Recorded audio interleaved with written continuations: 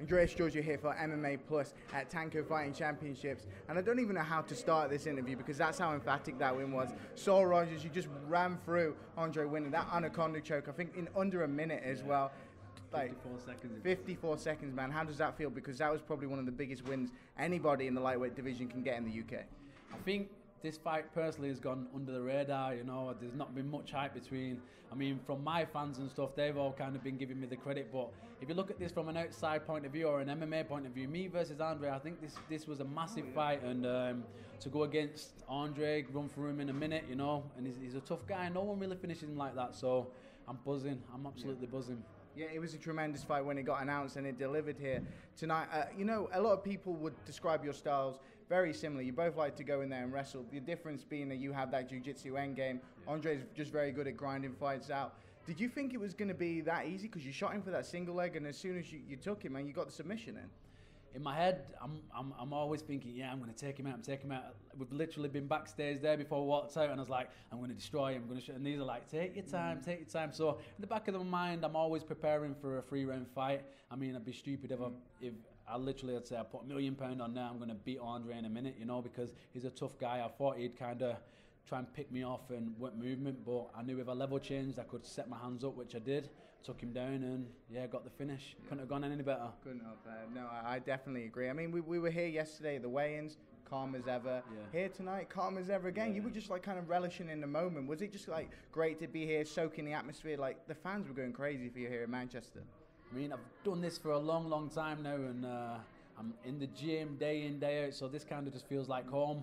I've not fought for about a year now, and I was kind of getting fed up, you know, every day training, because I'm not one of the guys who just trains for a fight camp. I've got teammates, you know, I want to be there for them too, so I was kind of just getting offered stupid fights or fights that are kind of I see as a risk. The second I got offered a big fight, I mean, I'm happy. I felt like me again, calm and just all around a happier person. What were the risks coming into this fight? Because you're the #1 guy, in my opinion, in the UK, and to take on a very game Andre winner, you know, there's a lot at stake there, especially with potentially the UFC 204 being, you know, an option for you if the UFC come calling.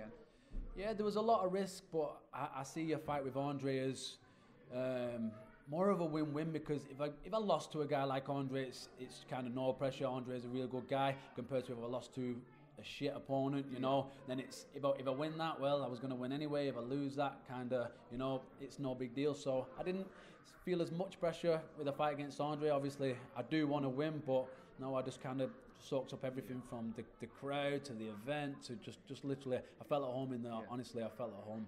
You know, and after the past kind of 12 months, you know, how did it feel like, again, being at home, being able to fight here in, you know, in a home territory, and being able to get, you know, arguably one of the biggest wins of your career?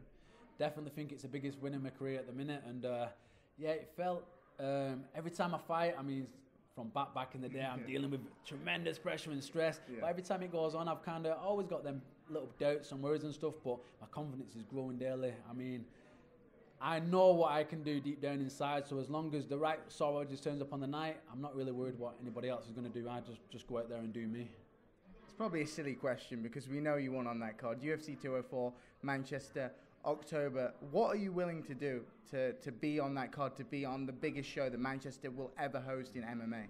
I mean, I've already apologised time and time again for kind of the stuff what happened with Tough. I mean, can't go back and change time. All I can do is keep fighting, and hopefully they'll come back and call me. So I'm hoping that I get on there. I feel like I deserve to get on there. I mean, I've already said in the past I'd fight for free, you know, to kind of compensate some of the money maybe they lost from me in Tough.